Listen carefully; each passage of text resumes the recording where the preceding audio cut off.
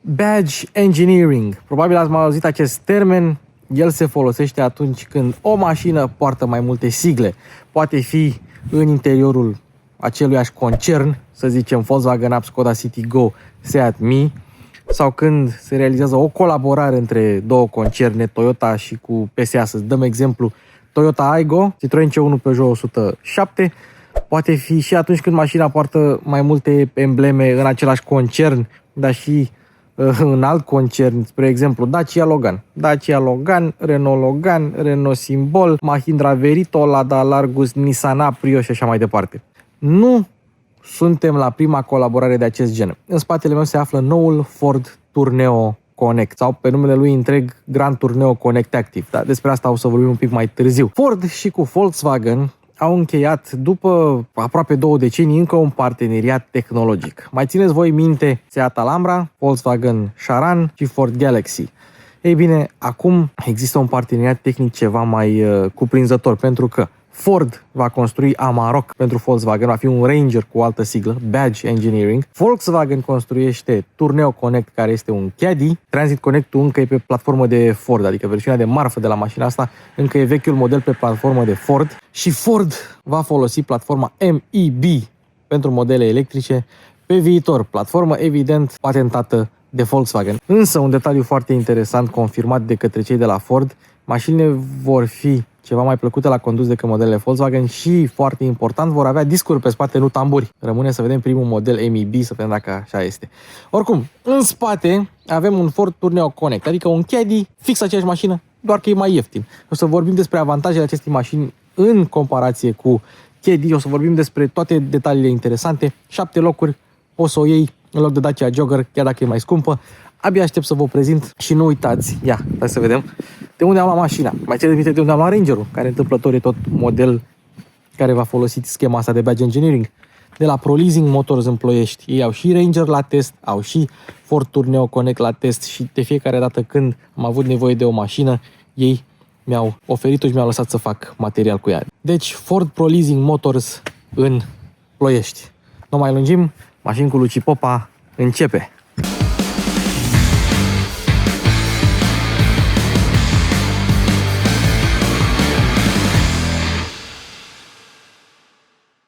Dar, înainte de clip, intră pe linkul din descriere sau din primul comentariu pentru că ai 20% reducere pe Car Vertical. De ce Car Vertical? Simplu, pentru că acest canal, pentru a supraviețui, ca eu să pot să fac aceste clipuri fără să fiu plătit de producători, are nevoie de sponsor. Și o dată pe săptămână sponsorul este Car Vertical. Deci, dacă vrei să-ți cumperi o mașină rulată, ai opțiunea să te duci la mecanic sau la dealer să o verifici. Dar dacă o iei dintr-un anumit loc și nu poți să ajungi la mașină și nu vrei să bați drumul degeaba, poți încerca raportul Car Vertical. În raport vei găsi dacă mașina are kilometri dați înapoi, dacă a fost furată, dacă a fost taxi, dacă a fost inundată, dacă a fost de America și reparată, dacă s-au mătrășit kilometri, dacă s-a ascultat manele în ea, orice. Da? Ei bine, ai raportul Car Vertical, care nu este Dumnezeu pe pământ, dar poate fi o unealtă utilă atunci când îți cumperi o mașină rulată. Și acum hai să continuăm cu clipul. Bun, hai să vorbim despre prețuri. Și o să-mi cer scuze de acum că mașina e un pic murdară. Deci a plouat până acum s-a oprit ploaia, să pot să mă apuc și eu de filmare. E ud pe jos. Prognoza meteo spune că o să plouă toată ziua și că începe peste o oră ploaie, deci ar trebui să mă grăbesc.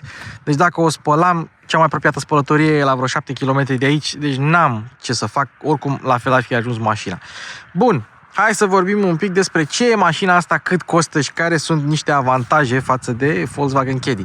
Deci este un model construit pe MQB Evo, exact cum este Caddy, ceea ce înseamnă că poate să primească toate sistemele de asistență ale lui Caddy, da, blind spot, travel assist, rear cross traffic alert, camere, etc, etc, etc. Și chiar dacă este bazat pe un model utilitar, platforma modernă îi permite să primească toate sistemele de securitate pe care le primește un model MQB nou sau un turism nou. Până la urmă, mașina asta e un turism, nu este încadrată ca auto-utilitară, că nu e versiunea de marfă, da? Hai să dăm și un tur în jurul mașinii în timp ce vorbim despre asta. Deci, MQB Evo, McPherson în față, punte pe spate, nu independentă pe spate. Evident, s-au păstrat niște elemente de cost-cutting pentru ca mașina asta să aibă un preț destul de bun.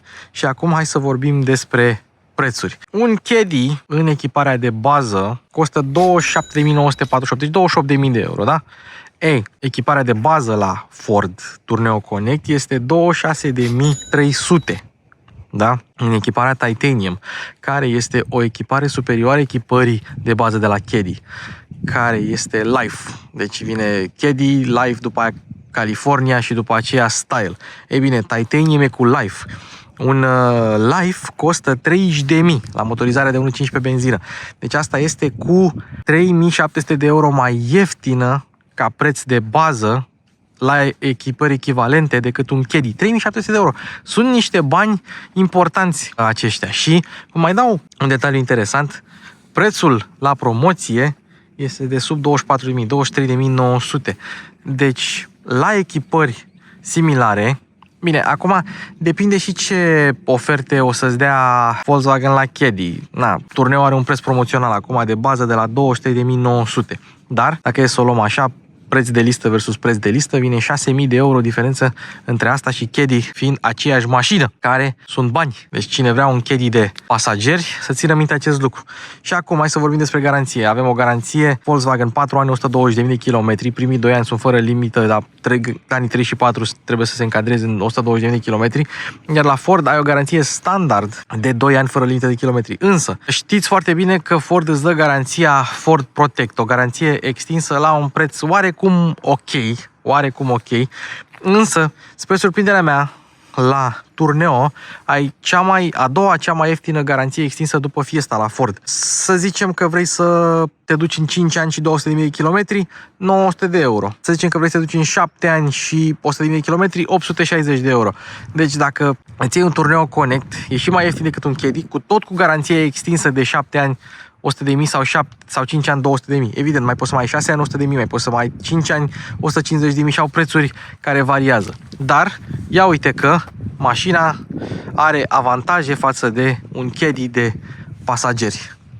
Mașina e construită în Polonia, la fabrica Volkswagen din Polonia, unde se face și Caddy. Motorizările sunt de Caddy, o să vorbim de ele mai târziu. Două versiuni de ampatament, 2.75 metri, 2.97 metri, lungime 4 metri 500 în cap sau 4 metri 860, aproape 4 metri 900. Asta este varianta Grand, care are echivalent în gama Volkswagen Maxi, care mai costă vreo 2000 de euro în plus, cam așa, cu ampatamentul lung. Și poți să ai 5 locuri, poți să ai 7 locuri, dar despre asta din nou vom vorbi ceva mai târziu. Și echipările sunt așa: Titanium, care e echivalentul lui Life, avem Sport, care e echivalentul lui Style la Volkswagen, și avem echiparea asta care nu se găsește la Volkswagen, care este echiparea Active. Am văzut Fiesta Active, am văzut Focus Active. Este o versiune care are câteva elemente de plastic în plus, mai off-roady așa, câteva scuturi de plastic. Nu avem gardă la sol mărită față de un Tourneo Connect normal, dar arată ceva mai bine și nu se regăsește, n-are corespondent în gama Volkswagen. Și numele întreg al mașinii este Ford Grand Tourneo Connect Active. Ca de obicei, începem cu farurile și avem faruri halogen standard, avem LED-uri, fază scurtă cu lupă, fază lungă fără lupă, lumini de zi cu LED, se vede aici. Lumina de zi cu LED, aici sunt semnalizările tot cu LED și ceață cu LED. Farurile care bat foarte bine. Acum, eu sunt sigur că farurile acestea sunt construite de furnizorul pe care îl folosește Ford, dar oricum bat foarte, foarte bine. Și ziua și noaptea, și pe fază lungă și pe fază scurtă, și avem și faza lungă automată pe ele. Și avem și cornering static pe farul de ceață. Avem semnalizări laterale în aripă, exact ca la Caddy, nu le avem în oglindă. Nu știu exact motivul pentru care e așa, probabil din rațiuni de costuri, dar tot LED este, chiar dacă pulsează. Nu am spus că farurile cu LED costă 700 de euro, merită banii, stopurile sunt LED, semnalizări LED, ceață LED și pe stânga și pe dreapta și marșarier tot cu LED. Jos avem reflectoare, sus avem al treilea stop de frână și cam atâta cu luminile la Tourneo Connect. Hai să vă arătăm și cheia. Ia uitați cheia cum arată, o cheie de Volkswagen sau de Seat sau de Skoda sau de Cupra, încuiere, descuiere și portbagaj, dar scrie Ford pe ea și e singura cheie de acest tip care nu are siglă rotundă, are siglă ovală, Ford fiind ovalul albastru. Acum, ce mai e interesant, vrei breloc? apeși o dată pe butonul ăsta, se deschide aici ca să poți să o pui la breloc, sau dacă ți-ai apăsat poți să scoți cheia normală. Dar asta este cheia de Tourneo Connect. Ok, hai să începem așa cu câteva detalii estetice. Grila mare seamănă cu grila de Ford, adică recunoști mașina ca fiind un Ford. Farurile ca formă sunt schimbate față de Caddy. Nu au făcut atât de mult badge engineering cât să lase aceleași faruri. Dacă alegi versiunile Sport sau Titanium, ai aceste elemente de culoare gri. La Active le ai pe acestea de culoare gri și ai mult plastic așa în jurul barei față. Da, scut așa de protecție. Îi dă un vibe de off-road ceva mai mare. Grila, după cum vedeți, doar o parte din ea este deschisă, doar aici sub siglă, pac, și radarul se află acolo. Și îmi place că, sau mă rog, o să vedem mai târziu, capota nu vine până la faruri. O să vedem cât de greu este de ajuns la faruri, dar n-ai ce să schimbi un bec la ea, decât dacă ai farul cu halogen. La astea cu LED n-ai de ce să umbli tu acolo. S-a stricat farul, îl iei, îl arunci și pui altul. Deși Tourneo Connect nu este un off-roader și nu se dă drept un off-roader, nu are garda la sol mică, ci mă refer la garda la sol de sub mașină, nu la garda la sol pe asta pe care o măsor eu. Eu măsor aici în față garda la sol ca să vă dați seama cât de mult sau cât de mare este bordura peste care puteți trece. Tourneo Connect are 24 de centimetri de gardă la sol aici în față, să nu dai în borduri. Adică poți să te sui pe niște borduri destul de ok. Garda la sol e comparabilă cu a unor SUV-uri din astea urbane, compacte, crossover și așa mai departe. Deci nu e rea. Avem 3 tipuri de jante, discuri de frână mari, față și spate, ceea ce e bine. Și avem așa 205 60 16, 215 55 17, 225 45 18. Astea sunt tipurile de jante. Cele mai frumoase, tot astea de pe Active mi se par, și vopseaua la fel, mi se pare cea mai atractivă dintre toate. Toate aceste protecții de plastic pe care le vedem aici frumos sunt pentru echiparea Active și dau bine cu o nuanță contrastantă cum este albastrul ăsta. Și avem și celebra deja emblemă Active cu aul într-o nuanță satinată și restul de Active într-o nuanță din asta mai cromată așa. La prima vedere nu observi, dar dacă te apropii de ea îți dai seama. Acum vreau să ne focusăm pe zona asta, montant A, gemuleț, oglindă. Pentru că deși au făcut gemulețul ăsta, există o oarecare unghi mort atunci când mergi cu mașina în partea asta. Dar mai multe despre asta la proba de condus. Repede, repejor, vreau să vă arăt bordul puțin, deci e un bord de plastic frumos aici. Cine a avut mașina înaintea mea a băgat o hârtiuță, i-a alunecat prin bord, s-a dus aici. E foarte greu de ajuns la ea. Dar nu despre asta vreau să vorbesc, ci despre asta. Ia fiți atenți aici. Încui mașina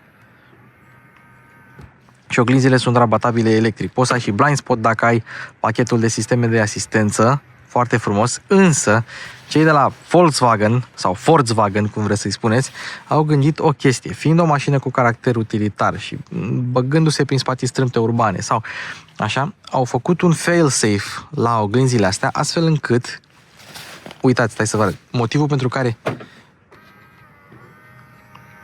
ele nu se deschid și nu se închid imediat este pentru că motorașul ăsta de la oglindă se deconectează. Da? Și fiți atenți aici, dacă vrei să rabatezi oglinda, poți să o rabatezi foarte ușor, fără să strigi motorașul, pentru că în condițiile astea, el este decuplat. Nu am mai văzut, sau rare ori am mai întâlnit la mașini chestia asta. Da? Toate modelele, toate mașinile au ceva în genul ăsta, să nu strigi motorașul, însă la asta efectiv se deconectează de tot. Ia. Bam, întâi se activează motorașul și după aceea începe să închidă oglinda. Dacă vrei, poți avea keyless. Hai să vedem dacă se deschid geamurile, se deschid. Ușile spate se deschid tip fluture și rândul 3, dacă îl vrei, poate fi și el fluture. Dar aici n-are ce să se deschidă decât geamurile față. Ok, acum hai să deschidem ușa, să vedem cât de mare e deschiderea, fiind un model cu caracter utilitar ar trebui să avem o deschidere mare. Avem ușa, e și ea destul de mare. Hai să testăm întâi spațiul și observăm că mai avem acolo un spațiu mic de depozitare în care poți să asculti telefonul secret cu care vorbești cu amanta. În cap 2 sticle de 2 litri frumos aici. Avem un mâner, dar care nu mai are și buzunar. Butoanele de Volkswagen, mânerele totul de Volkswagen și asta e tot de Volkswagen. Și hai să vedem materialele. Aici avem textil, aici avem textil, aici avem tare, aici avem tare. Peste tot tare. Fiind un model cu caracter utilitar, nu prea se pun materiale moi la astfel de modele. Se preia materialul de la modelul utilitar și se folosește și la modelul de pasager, ca să fie prețul ceva mai convenabil. Ce trebuie arătat este faptul că ușile nu acoperă în totalitate pragurile. Bipăie care contactul pus. Nu acoperă în totalitate pragurile, ceea ce înseamnă că trebuie să fii atent. Celebrul deja sunet, contactul este cuplat de la Volkswagen. Deci există riscul să te murdărești când intri în mașină. Te rog eu, nu mai plânge. Și hai să vedem dacă avem protecție. Avem protecție la geamuri, doar în față, pentru că în spate nu se deschide electric. Bun, acum hai să vorbim un pic despre scaune. Acestea sunt scaunele opționale, costă undeva pe la 700 de euro. Sunt scaune certificate AGR, dar sunt aceleași scaune Ergo Comfort de pe Volkswagen, care și alea sunt certificate AGR, chiar dacă la unele modele scrie, la altele nu. Avem reglaj manual, rotiță frumos aici, reglaj manual pentru șezut, reglaj manual și așa. Tapiseria este una de active, avem airbag central, fiți atenți aici, avem airbag central acolo, ca să nu se lovească pasagerii între ei. Asta este un lucru ce vine de la platforma MQB Evo pe care e construită mașina asta. Da, și hai să folosim, să facem testul cu Denis mingea de tenis. Dacă mingea ricoșează mult, scaunul e tare. Dacă ricoșează puțin, e moale. Și la asta, scaunele sunt destul de moi, așa cum deja ne-au obișnuit scaunele Ergo Comfort. Dacă circulați mulți kilometri, e bine, atunci recomand aceste scaune. Și mai e o dotare foarte interesantă, este sistemul care costă 60 de euro și nu este sistem, sunt de fapt 4 chei. Deci dacă patronul are o cheie și mai are 3 șoferi pe mașină, pentru 60 de euro poate să aibă 3 chei. Foarte tare. Mi se pare o dotare foarte interesantă, dar fiind un model Volkswagen, e bine, atunci nu poți să ai MyKey, să setezi viteza maximă și sistemul de sonorizare. Și mai e un detaliu interesant, ăsta este, și o să vedem la interior când facem sistemul de infotainment, ăsta este primul Ford cu meniu în limba română. M-am luat un pic cu vorba cu scaunele și cu cheile, dar hai să vă arăt un detaliu foarte șmecher la o astfel de mașină. Parchezi într-un spațiu strâmt, ai mașină în stânga, mașină în dreapta sau ai un perete pe partea stângă, nu ai cum să ieși din mașină. Asta e o chestie testată de mine aseară și testată de mai multe ori pe astfel de modele. Ce faci? Dai scaunul la maximum în spate, pe ăla dai la maximum în față, dai spătarul la ăsta înclinat în față, pe ăsta îl înclini pe spate și foarte atent, dai volanul sus, foarte atent, pui un picior acolo, pe partea asta, pui celălalt picior și ieși frumos pe aici. Așa, având ușă glisantă, nu trebuie deschisă foarte mult, după aia o închizi și ai lăsat mașina parcată exact cum trebuie. Funcția asta este atât de utilă în parcările strâmte, încât nici nu pot să vă spun. Hai să vă arăt două chestii interesante rapid până trecem la următorul loc. La Dacia Duster avem aici îmbinarea, nu o avem aici, însă avem un cheder de cauciuc care este prins de ușă. La Tourneo și la Caddy n-au mai pus acolo cheder, deci n-are ce să se prindă și n-are ce să se strice. Mai mult, chederele sunt groase peste tot, și aici și aici, dar mai avem aici un set de chedere pentru ușă în punctul ăla. Foarte mișto. Ok, să trecem în spate și la ușile glisante. Foarte ușor se deschide, deci apeși și ea se împinge un pic singură. Tare. Poți, dacă vrei, să ai și uși glisante electrice. Erau la Peugeot 1007. Dacă are cineva un Peugeot 1007, scrieți-mi și mie să-l filmez, că mor după mașina aia. Așa. Și dacă vrei să împingi după aia, să închizi ușa, poți să împingi foarte puțin, că ea se va închide. Cu toate astea, dacă tu o lași să curgă singură, da? Bine, are un opritor acolo, un prag, vezi? Dai de prag și stă. Dacă împingi mașina un pic, ușa se va închide. Însă, dacă lași să curgă, să zicem, o lași să curgă așa, ea nu se va închide de tot. N-are suficientă forță de inerție astfel încât să se închidă. O să vorbim despre geamuri și despre buzunare când ajungem la interior. Repede, ce vreau să punctez este faptul că dacă deconectezi conectorii ăștia, sunt pentru încuierea mașinii și pentru child lock. Și dacă apeși pe butonul de child lock, doar pe partea aia se va închide child lock-ul. Probabil după ce îl închizi, va fi închis child lock-ul și pe partea asta. Da, exact. Însă, dacă nu ai child lock-ul activat și vrei să-l activezi cu o singură ușă, pe moment se încuie doar acolo. Și după ce conectorii vor face contact, e bine, atunci se va încuia și ușa asta. Da, pragurile glisante, nu călcați cu piciorul acolo. Avem o siglă mare de Volkswagen aici, se vede, și nu numai, pentru că, cred că și pe centuri scrie tot Volkswagen. Da, uitați acolo, e o siglă de Volkswagen, deci nu e niciun secret. Și acum hai să vedem la interior. Dacă alegi pachetul ăsta cu scaune șmechere, Ergo Comfort, ai și niște măsuțe. Aoleu, dar ele rămân blocate așa. De fapt nu, că mai au o treaptă, da? Ok, se pune la loc. Scaunele, da, sunt 2 cu 1 și 2 în spate. Pe rândul 3 poți avea așa. Deci poți să nu ai nimic, poți să ai preechipare, deci vrei preechipare și după aceea spui tu scaunele separat, ți le cumperi separat dacă vreodată vrei să le folosești, sau poți să ai 7 locuri direct. Da? E mișto că îți oferă și preechipare. Spre exemplu, ai 3 copii, nu-ți trebuie. Mai faci 2, îți trebuie. Și la preechipare primești și centurile de siguranță și primești și avertizorul pentru centură. Da, țineți minte chestia asta. Isofix aici, da, și acolo nu avem Isofix în centru. Și deși ăsta e un model construit de grupul VAG, nu avem Isofix nici în față. Am impresia că la Caddy poți să pui, dar nu am găsit opțiunea să poți să pui Isofix în față. Mă rog, detalii. Așa, Isofix în spate pe rândul 3 este, da, dar nu mai avem cu fermoar. Este așa. O să ajungem și la rândul 3 cât de curând. Acum, țineți minte 3 cuvinte, Vadim Tudor, președinte. Glumesc, evident. Dacă vreți să rabateți bancheta, trebuie să aveți grijă, pentru că e destul de brutală. Vezi, prima dată când faci chestia asta, te sperii. Hop, nu știu ce. Dar, na, aparent e făcută să fie așa. Sau trebuie să țină cineva de spătar, astfel încât să nu te lovească pe tine, să nu lovească copilul, să nu... E cam violentă treaba. Acum, ce faci cu scaunele de pe rândul al doilea? Tu poți să le scoți dacă vrei. Hopa, uite ce simplu e.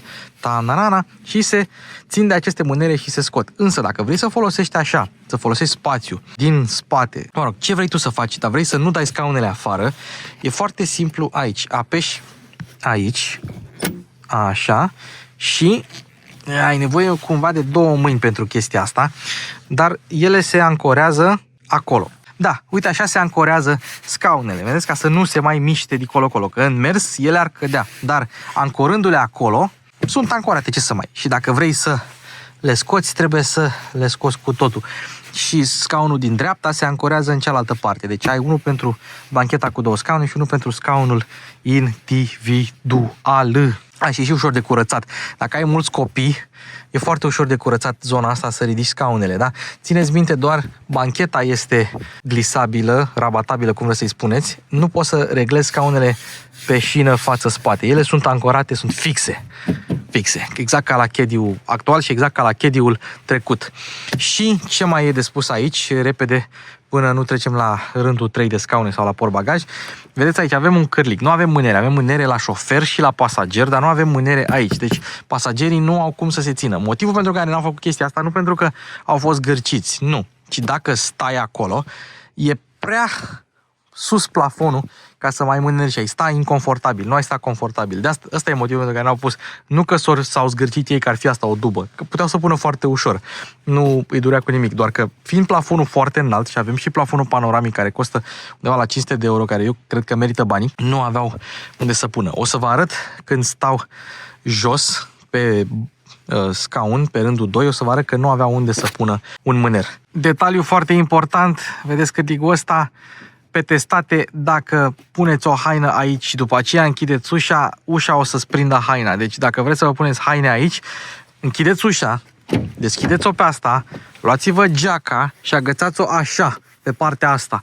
Nu așa și închideți ușa, pentru că geaca, sau mă rog, ușa îți va prinde geaca. Testată de 3 ori, de 3 ori mi-a prins geaca. Ok, am intrat pe rândul al 3-lea. Ce interesant este un lucru următor. Poți să rabatezi bancheta, sau mă rog, scaunul din față de aici sau de acolo. Adică de acolo de afară și de aici din spate, dacă vrei chestia asta. Cam așa stai în poziția standard, ai spațiu. Deci față de Dacia Jogger, oricum e mai lungă decât un Jogger, versiunea asta Grand Tourneo.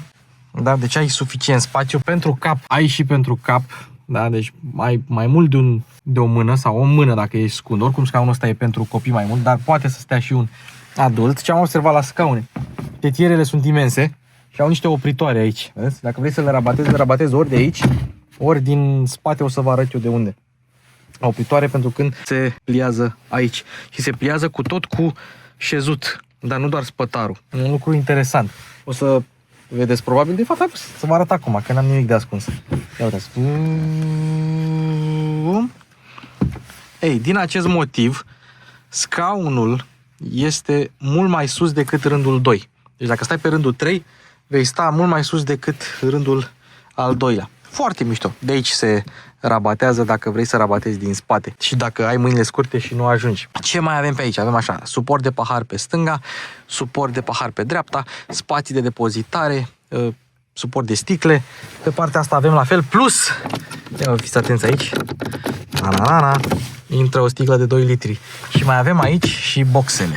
Avem 6 boxe la această versiune. Se aud bine. Sistemul audio la mașina asta este bun, este nesperat de bun. Da? Dacă vreți să vedeți cum se aud, urmăriți-mi story-urile pe Instagram, pentru că eu acolo pun chestii de genul ăsta. Centurile de siguranță reglabile pe înălțime în față, reglabile, nu sunt reglabile în spate, și pe rândul 3 avem din nou centuri. Dacă îți alegi preechiparea, atunci vine cu centurile de siguranță. Deci, loc ai, de rabatat se rabatează și cam atât momentan de pe rândul 3. Și ajunsărăm în spate o lunetă mare, un ștergător mare, o dungă cromată, o cameră, turneo, mâner. Am plasat destul de jos. Așa, la Active avem elementele astea de plastic cu pseudoscutul ăsta, care seamănă la metal, dar tot plastic e. Hai să deschidem bagajul. Am uitat să spunem că avem și parbriz încălzit la mașina asta. Acum, mare grijă să nu vă murdăriți pe mână. Și înainte să trecem la portbagaj, supraexpunere, trebuie să spunem că poți avea roată de rezervă și aici ar fi un mâner de care ai trage și ai ajunge la roata de rezervă sub mașină, roată de rezervă, cred că de dimensiuni normale. Am mai găsit o siglă de Volkswagen aici. Ok. Și înainte să trecem efectiv la partea asta de portbagaj, hai să vă arăt o chestie mișto. Vedeți luminile astea? Astea sunt opționale, sunt niște LED-uri foarte puternice, acum poate că nu se vede, dar noaptea îți luminează ce ai aici. Deci tu poți să stai aici, să nu te plouă, te apără și de ploaie, ai și lumini, practic poți să faci o discotecă cu muzica din mașină și cu lumina de aici poți să faci o discotecă. Poți avea haion electric, de fapt cred că doar luneta e electrică la asta. E o opțiune, așa se numește, haion electric. Și am observat că există, sau e doar un motoraș care asistă cu soft close, nu știu, ideea e că are soft close, dar nu știu dacă e 100% electric, tot haionul se deschide electric, nu știu. Ok, așa, ce mai putem să mai arătăm acum? Deci ai luminițele astea care te ajută să vezi și noaptea, efectiv aici zici că e zi, atât de bine luminează LED-urile astea. Hai să continuăm, da? Uite, intrăm aici frumos și vedem copertina asta, care ne mănâncă un pic din vizibilitate. Și atunci, bă, Luci, ce faci? Că noi nu vedem nimic. Da. Are un mod în care stă ridicată ca să ajungi la bagaje. Nu degeaba este un model cu caracter utilitar. Aici mai avem loc pentru triunghi, o priză de 12 V pe care o pot folosi pasagerii din spate, încă un LED frumos aici și tot ai undeva la 300 de litri volum portbagaj cu toate cele 7 locuri ridicate. Dacă vrei asta poți să o scoți și să o lași acasă dacă vrei să folosești spațiu până sus.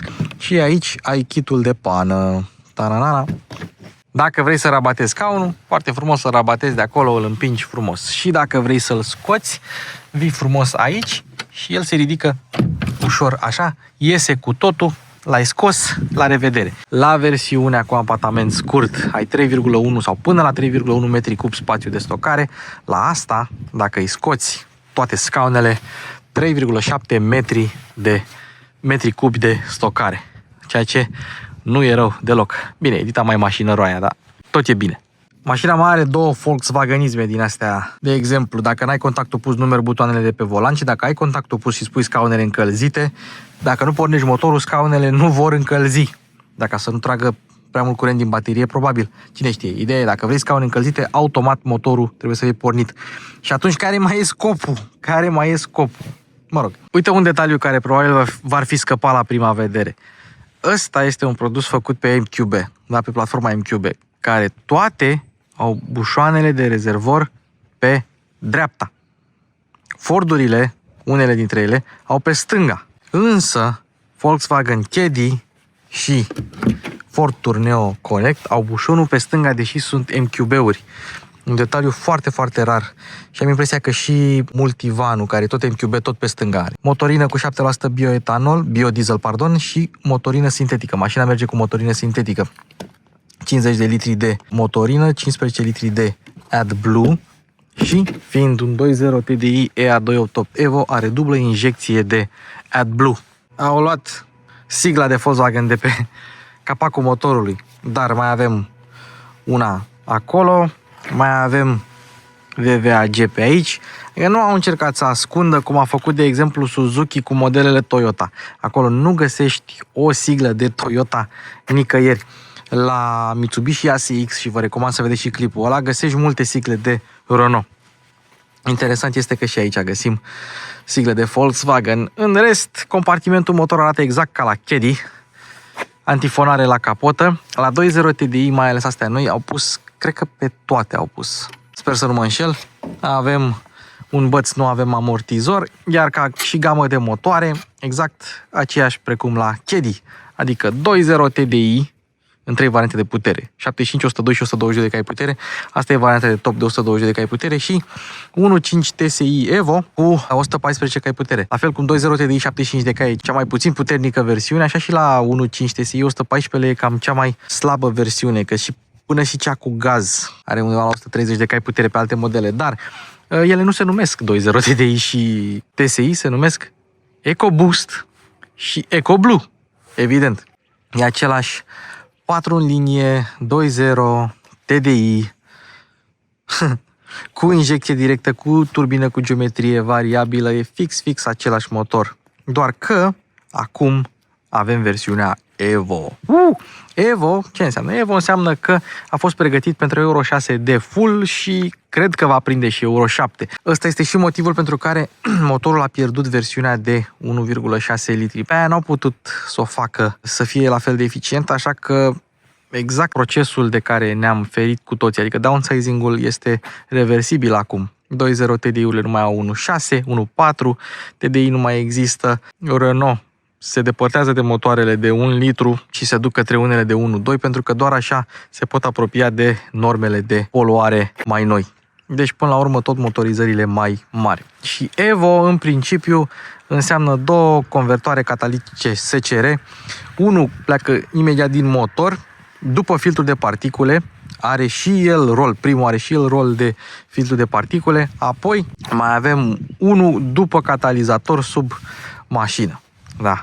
Și avem și un EGR de presiune scăzută, care îl face și mai eficient, și la versiunea de la 150 de cai în plus avem 2 arbori de echilibrare. Aici cred că avem unul singur. Și într-adevăr, un pic mai zgomotos decât TDI-urile de 150 de cai putere. Am avut și am condus de curând un Passat 122 de cai putere exact ca ăsta, doar că nu este exact ca ăsta. Era, da, 288 Evo, însă avea mai puțin cuplu, avea 250 Nm. Asta are 320 Nm cuplu și mănâncă pământul. Deci cifrele de putere sunt așa: 122 de cai putere între 2750 și 4400 de rotații pe minut și cuplu maxim 320 Nm între 1600 și 2500 de rotații pe minut.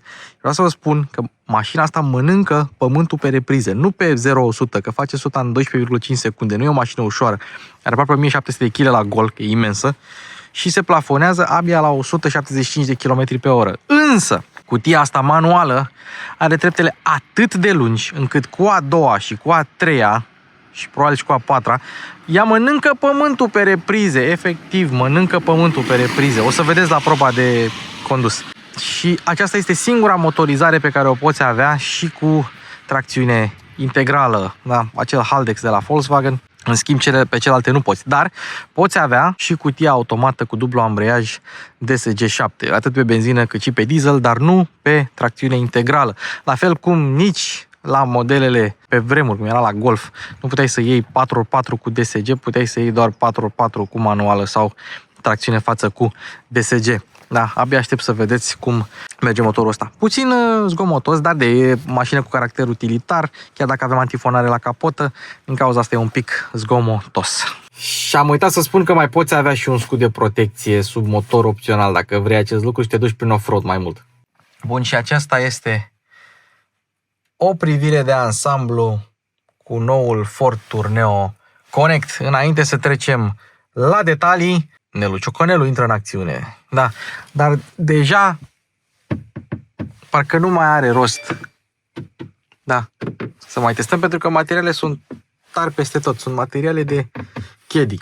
Da, partea bună este că asamblarea e destul de bună. Cotiera e moale și ați văzut aici moale. În rest, cam peste tot avem materiale ceva mai tari la interiorul lui. Turneo corect. Am terminat cu materialele, hai să vedem spațiile de depozitare. Un spațiu de depozitare aici, frumos. Un spațiu aici și wireless charger. Pui după aceea căpăcelul la loc și poți să pui obiecte peste wireless charger, ceea ce nu poți la alte mașini. Avem, ia uite, două suporturi de pahare. Unul adânc și unul mai puțin adânc, iar acolo se pune cheia să nu cumva să nu pornească mașina. Un suport pentru cheie dacă ai nevoie de așa ceva și un suport sub cotieră pentru diverse obiecte. Cotiera destul de bine amortizată, se ridică greu. Nu e cea mai mare cotieră, dar își face treaba. Un torpedou destul de spațios, amortizat și neiluminat și un detaliu repede până nu uit. Da? Poți avea guri de ventilație și în spate, dar plătești în plus pentru ele. Vreau să spun chestia asta la climatizare, dar mi-am adus aminte acum să nu uit. Și cum aș fi putut să uit de acest spațiu de depozitare? Deci, aici pentru diverse obiecte, uite, poți să spui telefonul, poți să spui ciocanelul, dar poți să spui mingea de tenis. Mereu mi-au plăcut spațiile de depozitare aici în bord la mașină. Și avem și o priză de 12 V odată. Mai avem una aici și m-ați întrebat mulți în comentarii ce încărcător folosesc eu. Este Roid Mi 3S de la Xiaomi, fast charger și modulator FM pentru cine are nevoie, dar calitatea audio pe modulatorul FM este nemai întâlnită. E 90 de lei cu tot cu transport. Roid Mi 3S de la Xiaomi și două USB-C-uri în față, două USB-C-uri în spate. Mașina asta a trecut la USB-C-uri pentru că Ford pe modelele sale normale oferă USB-A și USB-C, îți oferă opțiunea și butonul de start este unul de Volkswagen. Repede acum, până nu trecem la alte chestii, avem parasolar fără lumină, aici avem lumini cu senzor de proximitate, nu trebuie să le atingi, așa e la orice mașină cu MQB, plafonul panoramic care își face treaba și își merită banii și este curbat. Nu prea găsești plafon panoramic curbat, mai ales pe modelele care nu sunt neapărat scumpe. Și ăsta este curbat. Sunt curios cât o costa să-l schimbi. La toate, sau la majoritate, e o placă așa de sticlă. Asta e curbat, se vede mai bine din exterior. Cam atât sus. Hai să vedem volanul. Da, un volan de Volkswagen cu manete de Volkswagen, doar cu sigla Ford aici. Butoanele sunt ușor de citit, ușor de apăsat, comenzi ergonomice, poți să ai și volan încălzit dacă vrei, eu un pachet cu mai multe. Da, reglabil pe înălțime, reglabil pe adâncime, un picuț grosuț așa, dar per total e un volan bun. Se vede de aici, sunt curios dacă se vede unghiul mort așa. Chiar dacă pare că pe bord acolo avem un aer, reflecția de la scaun. Interesant.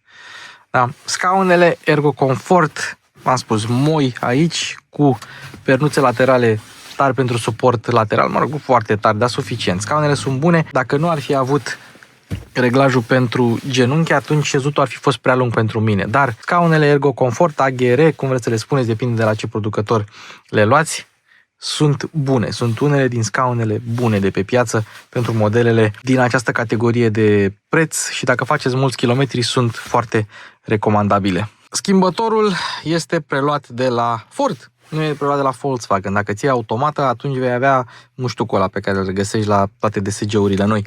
Dar schimbătorul e destul de precis, nu la fel de precis precum schimbătoarele de Ford adevărate. La MQB Evo parcă au renunțat un pic din precizie la schimbătoare. Nu știu exact să spun de ce. Nu se mai simte la fel de precis schimbătorul cum era la MQB-urile non-Evo.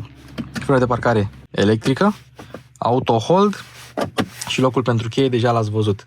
Și dacă, că am testat-o de mai multe ori, dacă mașina nu are frână de parcare activată și tu ai luminile astea aprinse, atunci se vor stinge când vei activa frâna de parcare electrică. Un detaliu foarte interesant. Și alt detaliu, astea nu or fi ele cu touch, dar dacă le apeși, Până la urmă se aude sunetul ăsta în difuzoare, exact ca la ID-uri, exact ca la Volkswagen și așa mai departe. E sunetul de Volkswagen. Dar un detaliu foarte, foarte mișto. Știi? Dacă le aprinzi după aceea, ele nu se mai sting și să tragi una de parcare. Dar prima dată când faci asta, se sting. Ce tare! Hai să vă arăt o diferență față de Caddy. Aici avem mai multe butoane, inclusiv dezaburire și parbriz încălzite și mai departe, la lumini, pe când la Ford nu avem și avem aici butoanele. Da? Așa le vrea Ford. AC, camere, o să le arătăm și pe astea, sistemele de asistență. Ei, la Volkswagen astea sunt în jurul butonului de avarie. Niște diferențe, nu știu de ce le-au făcut, pentru că au costat ceva, dar presupun că Ford a vrut să aibă butoanele pentru dezaburire și parbriz încălzit aici. Părerea mea. Și acesta este tabloul de bord. Poți avea tablou de bord full digital.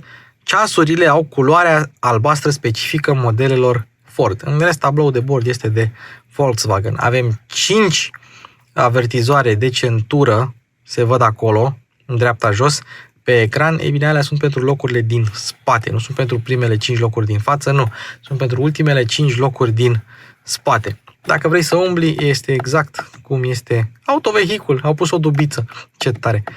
Și te duci în tabloul de bord, date de deplasare, consum mediu, asta e de la pornire, asta e de la pe termen lung și asta este de la alimentare, asta e consumul mediu real al mașinii de când am luat eu mașina. Te duci la asistenți, te duci la navigație, te duci la date de deplasare și poți să te mai joci așa un pic. Temperatura uleiului, viteza medie, distanța parcursă, cât ai mers cu ea, autonomia AdBlue și așa mai departe. Toate informațiile. Este un tablou de bord de Volkswagen cu toate informațiile de care ai nevoie.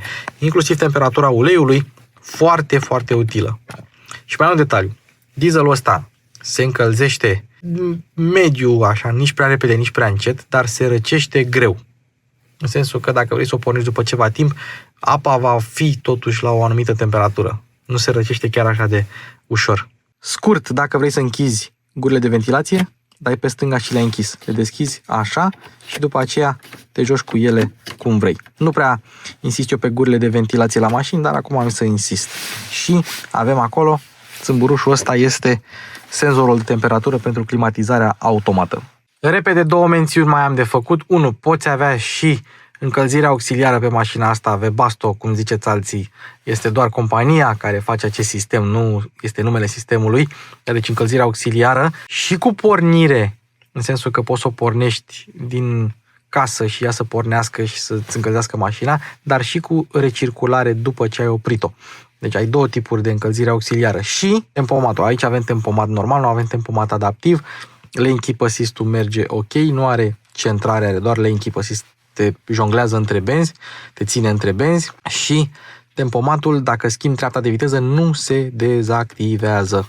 Pe de altă parte, dacă tu vrei frână de motor și dai, să zicem, dintre a 6 într-a 2 la 80 să ai frână de motor, că treptele sunt lungi și duce, tempomatul va rămâne și îți va ține motorul turat, da? Deci țineți minte și acest lucru. Bun, și acum hai să trecem la sistemul de infotainment, da? Cu senzor de proximitate. Ia să vedem. Uitați-vă la temperatura de la climatizare. Mă apropii. Hâț, Ionuțule! Și dacă vreau să trec așa, ia uite. Întâi te vede și după aia are gesturi. Oh, frumos! Da, oare așa? Are? N-are. Are doar la astea mari. Consumul, avem widgeturi. Este fix sistemul nou de infotainment de la Volkswagen, doar că cu skin de Ford. Și hai să vă spun ceva care probabil o să vă șocheze. Merge mai bine decât sistemul lor de la Volkswagen. Incredibil ce au putut să facă. Le-au dat celor de la Ford sistemul mai bun. Și un detaliu interesant. Ecranele de Ford au scrisul ceva mai soft. Nu au scrisul atât de sharp cum găsim la Volkswagen. Eu am crezut că e de la ecrane, dar nu. Ia fiți atenți aici. Repede, repejor. Dacă mă duc pe Apple CarPlay, bam, totul sharp ca la Volkswagen. Este doar un efect pe care îl folosește Ford și aparent le-au transmis celor de la Volkswagen, când au făcut softul ăsta, să le dea acel efect de soft focus. Ce tare! Un detaliu pe care nu-l găsești foarte des. Dar mai găsești câteva lucruri sharpened, așa cum ar fi la navigație. Ok, foarte fascinant sistemul ăsta. Continuăm. hai să continuăm cu climatizarea. Deci dacă vrei să te duci la widget-uri, te duci aici, dacă vrei să te duci la aplicații, te duci așa. Gesturile le-ați văzut, hai să vorbim despre sistemul de climatizare. Temperatura o crești și o scazi așa. Scaunele încălzite de aici, dar și ca la Volkswagen, uite așa, cu 2 teapuri. Țineți minte, dacă ai contactul pus, n-ai motorul pus, scaunele încălzite merg degeaba. Ca să ajungi la meniul climatizării, apeși fie aici jos, pe scurtătura asta, da? Ok. Și ai confort, da? Un fel de smart climate la Volkswagen. Și spui tu ce vrei să-ți încălzești. Mâini, picioare, vedere liberă sau standard. Ce vrei tu, unde se ducă aerul, ventilația, și au pus o imagine de Ford aici. Recirculare aer și setup, încălzire parbriză automată, încălzire scaune ridicat, activare la începutul deplasării în funcție de temperatură, adică ai niște setări foarte mișto la climatizare. Da? Dacă vrei să închizi climatizarea, pur și simplu îi dai de aici, dacă e albastru este închis, ieșim din climatizare și avem telefon, radio media, navigație, autovehicul. La autovehicul ai simplu, ai date despre deplasare, termen lung, de la alimentare, starea mașinii și din nou chestia asta merge mai bine decât la Volkswagen. Nu știu de ce. Ștergătoare, poziție, service. Da, ștergătoarele merg bine dacă parbrizul este foarte umed. Dacă parbrizul nu este foarte umed, atunci are tendința să scârție puțin. Deși mașina e nouă, ai nevoie de multă apă, fiind un parbriz mare și ștergătoare mari, atunci trebuie să fie multă apă pe parbriz ca să o curețe. Revenind, da, deci răspunde bine. Sunetul ăsta e un pic enervant, dar poți să-l dezactivezi. Așa, sunet.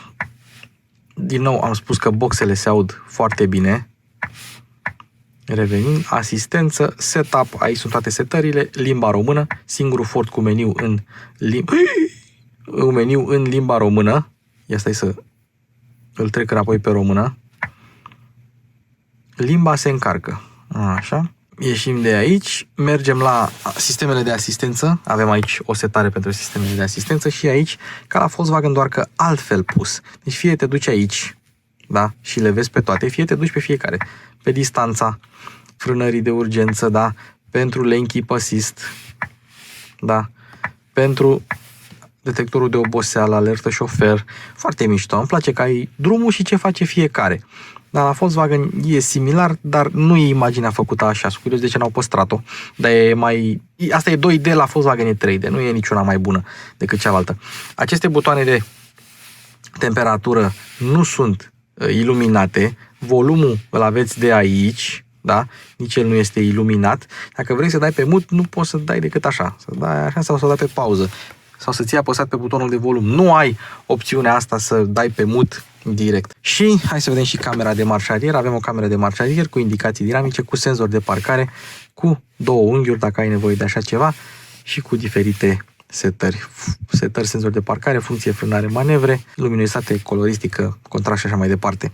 Da, cam acesta este sistemul de infotainment de la Volkswagen, care merge mai bine decât cel de la Volkswagen. Bravo lor! Bravo, bravo lor! Și hai să terminăm cu Apple CarPlay, că poate vreți să-l mai vedeți. Apple CarPlay, nu pe tot ecranul, că ai nevoie de climă și ai nevoie de scurtăturile astea, mai ai aici câteva scurtături dacă ai nevoie de așa ceva. Ia, aici merge? Da, merge și aici, cu notificările și cu scurtăturile.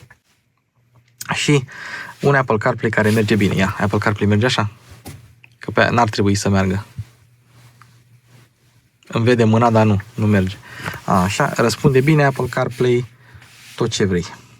Bun, am luat loc la interior. Hai să vedem cât de ușor se închide ușa. Foarte ușor, n-ai treabă. Buzunare mari, chiar foarte mari. Aici, pac, uși tip fluture. Da, să vedem cât de ușor sunt de pus înapoi. Nu prea. Gata. Așa. Deci nu foarte ușor. Lumină și aici. Și cam așa ar fi trebuit să stai tu cu mâna. Ca să fi pus mânere aici, ai fi stat prea întins cu mâna și nu stăteai deloc confortabil, îți obosea mâna. Cam atât. USB-C-uri pentru încărcare. Nu avem cotieră, dar observăm că avem spătar reglabil dacă vrei să stai mai drept sau mai pe spate. Tăvița frumos, să mănânci, să-ți pui laptopul, să-ți încarci laptopul la USB-C-uri și cam atât. Aici ar mai trebui să mai fie o priză de 12V, dar văd că nu este. Și Cam atât. Deci ăsta este spațiu în poziția de condus în care eu, cu picioarele întinse, nu ajung la pedale. Da? Deci eu nu ajung la pedale. E pus în poziția unui om de 1,80 și ceva. Și mai am spațiu berechet. Și asta e aproape, de fapt e la maxim în spate. Deci ai loc, dacă chiar vrei. Tunelul median e îngust, nu e foarte înalt, deci e ok. Iar scaunele, bancheta în sine, este destul de confortabilă. Da, nu prea am ce să mă plâng. În schimb, hai că asta e chiar culmea, mai are rost să mai... Nu mai are rost. Spațiul la cap este mai mult decât mare. Ia să vedem. Mi-au doza, mi-au paharul și îl pun și tot nu atinge. Ha! Ce tare. Pun pare că dacă mi-au și ciocanul și tot nu atinge. Deci spațiul la cap este berechet și cam așa se vede cu plafonul panoramic. Da, se vede foarte mișto. Oricum, o mașină mare, spațioasă și cam tot ce vrei la ea. Hai că nu-l mai luai penelul. Materialele sunt tari și în spate, adică n-ai ce să-i ceri. Apropo, ai 3 trepte de auto la climă. Am uitat să zic eu asta. Și cine zice că ăsta nu e sistem Ford Sync, uite, scrie Sync aici. Mă rog, la climatizare. E o mică glumă, da. Să vedem. Să mergem cu mașinuța. Bun. Poziția la volan un pic înaltă, în general bună. O poziție, într-adevăr, de dubiță, așa. Stai sus. Ceea ce nu e neapărat un lucru rău, doar că stai cu picioarele pe pedale așa, nu așa. Ca la un turism. Nu e mare scofală, ai nevoie de câteva minute de acomodare, dar după aia e o poziție normală. Vizibilitatea este una foarte bună, 360, cu excepția acestui punct în care, chiar dacă ai acel geam care te ajută oricum, zona asta e un pic încărcată, s-ar putea să-ți ofere un unghi mort. Oglinda centrală pare mică, dar nu e, raportat la cât de mare e mașina, și vizibilitatea în spate, pentru cât tancul de mașină e bună.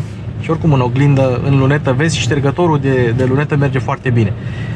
Volanul ți-l reglezi ușor, mi-ar plăcut să fie încălzit, aia e, sunt pretențios. Scaunele încălzite, după ce le pornești, în 10 secunde se încălzesc la maximum, foarte eficiente, și îți încălzesc și spatele, nu numai fundulețul. Și acum hai să vedem, că toți suntem pe partea asta de drum virajat, cum e mașina. După aia vorbim de motor, consum, suspensii. Deci pe porțiunea asta virajată așa, direcția este ușoară, precisă, dar nu foarte rapidă. Un pic așa de feedback în ea, un picuț. Și evident mașina are centru de greutate ridicat. Iar asta o simți pe viraje, când tragi de mașină, când mașina e aproape de limita aderenței, simți așa cum ea se duce într-o parte și tu tragi cu restul mașinii. Uite, lane assist-ul foarte bun, m-a ținut pe bandă. Și tu ai cam vrea să te înclini puțin, conduceți pe mijlocul benzii dumneavoastră, uite. Ei, și la limită, evident, vei avea un caracter subvirator, pentru că n-ai ce să ai altceva. Dar nu e un caracter subvirator brusc, este progresiv, ușor de controlat și e un caracter subvirator bine gândit, cum s-ar spune, bine calibrat. Nu știu cum se aude motorul acum pe la 2500-3000, îl auzi. Mașina mi-a scos 64,2 decibeli la 80 la oră pe traseul meu de test, care e cu 3 decibeli mai bine decât un jogger, adică e o valoare destul de bună. Și ăla era jogger pe benzină, măcar nu era jogger diesel. Ronțăitul de diesel se simte, n-ai cum să-l ignori, dar bagi o muzică tare și se aude foarte bine. Poți să ai sistem de infotainment cu 8,2 inch, 10 inch sau 10 inch cu navigație, 4 boxe standard, 6 boxe la cele de 10 inch, se aude muzica blană. Așa, mașina foarte mișto de condus. Se simte, din punctul ăsta de vedere, ca un jogger. Se simte și că e un pic mai înalt decât un jogger și un pic mai lung. Dar mie chiar îmi place. E o mașină haioasă de condus. De-abia aștept să vă arăt cum trage motorul ăsta. 320 Nm, ia fiți înțelegi. Bum, bum. Suspensia pe astfel de denivelări mai mult o auzi decât o simți. Ia, pom, pom. Și ea în general e bună. Nu prea simți în mașină ce se întâmplă sub tine, mai mult auzi. Pe denivelările scurte începi un pic să te zgudui, pe denivelările lungi parcă nu se zguduie așa mașina. Este dată destul de moale. E ok pentru un astfel de autoturism, că ăsta e autoturism, nu e autoutilitar, deși la bază, ia. Intri, subvirezi un pic. Da, în general este un caracter destul de sigur, adică n-am ce să-i reproșez. Iau de vin și anvelope bune. E o mașină sport, vă dați seama, e o dubă de 7 oameni, dar care bate orice Zafira, nu că s-ar mai face Zafira. Tipul acesta de autovehicul, ca și practicalitate, bate orice SUV, orice Zafira, Charan, Turan, Alhambra, Calabanga și alte chestii. Asta, Kangoo, Caddy, Combo, Pro-Ace și alte asemenea. Hai să vorbim un pic despre motor, da? Îmi zice să-i dau a 5-a la 50 și ceva la oră, pe cele în care treptele sunt foarte lungi. Și acum am sub 2000 de ture. La mers constant, hai să vedem consumul instant. Da, 4,5, 3,8. Dacă îi dau a 4-a, consumul scade la 3,4, 3,6. Deci nu neapărat treapta de viteză în care zice mașina să mergi ar fi cea mai eficientă. Mai mult, că îi dai, ia, hai să vedem, să-mi ceară a 5-a, vedea la ce viteză îmi cere a 5-a, după aia la ce viteză îmi cere a 6. Da, cere a 5-a, da? La 55 de km pe oră. Și eu acum vreau să accelerez. Mașina are cuplu maxim la 1600 și acum se chinuie și consumă. Ajungi la 1600 și acum simți cum mașina începe să crească, da? Pe când dacă aș fi, este vina softului, nu e vina mașinii. Dacă aș fi avut aceeași poveste și aș fi început de la 1500 de rotații pe minut cu a 4-a, altceva, tati, altceva. Și îți garantez eu că să ajungi până la 80, la cât am accelerat eu, ar fi consumat mai puțin. Mașina ar fi respirat mai bine, ar fi consumat mai puțin. Ia să vedem în cât timp îmi zice să-i dau a 5-a, hai să vedem a 6-a. Aceeași poveste, da? 70, ușor, 70, hai, dă-mi, zi-mi a 6. Că asta mi se pare, a 6. Da, la 71 la oră, 72, da? Motorul este subturat, vibrează, se simte că se chinuie și nu pot spun că consumă fabulos de puțin. La 47 instant. Dacă îi dau a 5-a, consumă 2,8, mult mai relaxat. Așa, îi dau a 6-a și hai să accelerăm. Motorul vibrează, tremură și îmi zice să-i dau a 5-a. Da, că nu mai poate. Asta dacă asculți de sfaturile computerului de bord care zice să schimbi treptele, ceea ce eu nu recomand. Însă, hai să vă mai arăt un lucru înainte să trecem pe drumul normal, da? Sunt cu a întâia, nu o să fac o plecare de pe loc, asta e mașină de plecare în blană, dar ia fiți de 42 cu a întâia. Aproape 80, 75 cu a doua. După aia cu a treia, mașina începe și mănâncă pământul, efectiv mănâncă pământul. Și cu a doua mănâncă. Dar pentru 122 de cai putere, mașină de 1700 de kg și 320 Nm, aia e chestia care te ajută. Cuplu. Da? Yes. Plecăm și să facem niște reprize așa în cuplu, ia. Întâia la 3500 și uite cum crește acum. Da, nici SP-ul nu se ține la ea. Uite cum urcă cu a treia, mănâncă așa pământul, da? A patra, în cuplu, mănâncă pământul, efectiv. Urcă foarte tare. Ne să lăsăm un pic așa spațiu. Dacă îi dăm a 5-a acum la 1300 e moartă. Îi dăm a 4-a și o dăm în cuplu maxim, neapărat în 1600, dar în 1800 și urcăm de la 65 cu a 4-a, fără să spargem pastila de kickdown, care să spargi pastila de automată și de limitator la manuală și la automată. Dar vreau să vă arăt cum se duce asta cu a patra. Cred că viteza maximă poți să o atingi cu a patra la asta.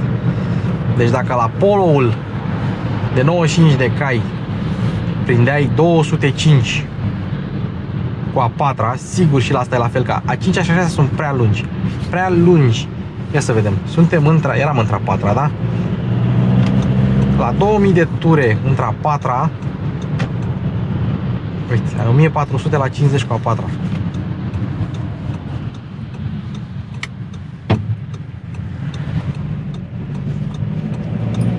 Ia, fiți atenți aici. Îi dăm a treia. La 2000 jumate schimbăm a patra și deja s-a dus în 1800. Atât de trepte nu sunt treptele, da? Deci, avem 2000 de ture, 70. La 4000 de ture ai 140 și viteza maximă 175. Deci ai... Da, cred că la 5000 între a patra ai 175. Nu cred că duce, dar uitați-vă aici. Suntem la 2000 cu a patra. Hai să urcăm.